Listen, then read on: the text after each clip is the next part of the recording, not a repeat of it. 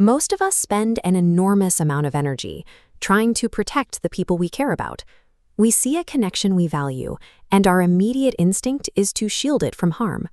To create safety, we build systems. We ask for continuous reassurance. We look for promises. We try to secure guarantees about exactly where we stand and how things will unfold. None of this comes from a bad place.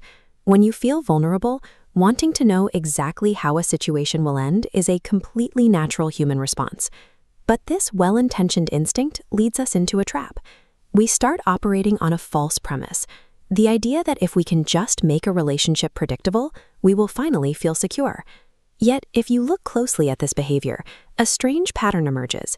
Despite all the effort spent trying to lock down the relationship and ensure its safety, you rarely actually feel at peace. Charting this dynamic, as desire for certainty increases on the horizontal axis, internal anxiety tracks with it on the vertical. The tighter you hold on, the more fragile the system becomes, until the connection breaks under the pressure of maintaining absolute certainty. This forces us to ask a difficult question. What if control isn't creating safety at all? What if it is the very thing creating the suffering? We often mislabel our actions as love, but when we look underneath the desire to control, we find fear wearing a disguise. Our attempts to force safety end up trapping the exact thing we are trying to protect. To understand why this happens, we have to separate care from control. While they might look similar on the surface, their motivations are entirely different. Care is motivated by wanting what is best for the other person, regardless of the outcome. Control demands that reality bends to fit your specific preferences and expectations. In practice, care involves trusting the other person and allowing them the freedom to make their own choices. Control requires constant monitoring, checking in, and grasping at the steering wheel. This behavior stems from a desire to avoid personal pain. We treat control as a defensive shield against the discomfort of uncertainty and the possibility of loss. Because people are not objects and relationships are not guaranteed contracts, applying control in these moments shifts the priority from shared connection to individual self-preservation. Think about trying to hold water in your hands. If you keep your palms gently cupped and open, the water rests there peacefully. But the moment you clench your hands together to try and lock it in place, you force the water to escape through your fingers. Human connection works exactly the same way. The most important elements of a relationship, trust, affection, and loyalty, are entirely unique because they can only be offered freely. They can never be forced. This exhausting effort to manage outcomes serves a single purpose: to insulate the heart from potential pain. By clenching down on a relationship to avoid the risk of loss, we inadvertently transform a defensive shield into an emotional prism.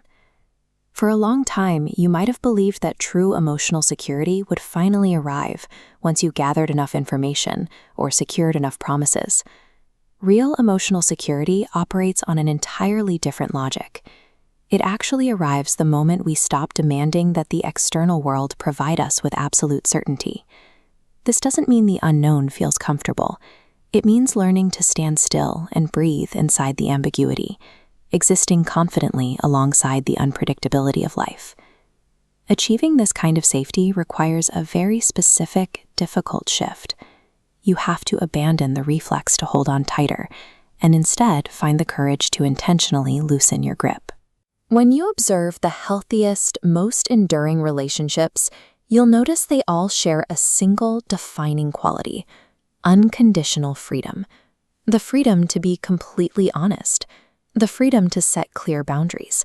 The freedom to disagree without the threat of the entire connection collapsing. That exact freedom is what gives a relationship its value.